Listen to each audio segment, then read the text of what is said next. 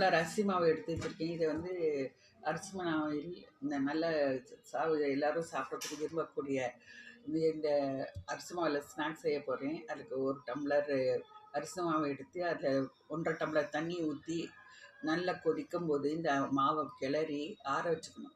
ஆற வச்சுட்டு அதில் வந்து தேங்காய், ஜீரகம், இந்த தண்ணியில் கொதிக்கும்போது இந்த ஜீரகம், பச்சை மிளகாய், தேங்காய் துருவல், அப்புறம் இந்த கொத்தமல்லி எல்லாத்தையும் போட்டு கொதிக்க விட்டு இந்த மாவையும் போட்டு கிளறி நம்ம ஆற வச்சுக்கிட்டு நான் ஒரு வட்ட வடிவத்தில் ஏதாவது ஒரு ஷேப்பில் வந்து பிடிச்சிட்டு ஆவியில் வேக வச்சு அதுக்கு தேங்காய் சட்னி, கார சட்னி ஏதாச்சும் வச்சு சாப்பிட்டா அருமையான இது அரிசி மாவில் ஸ்நாக் ரெடி.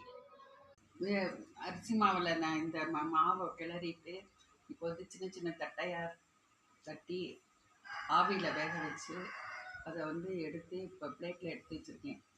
இது வந்து சின்ன சின்ன தட்டையாக அரிசி மாவு செஞ்சால் சாஃப்டாக இருக்கும்.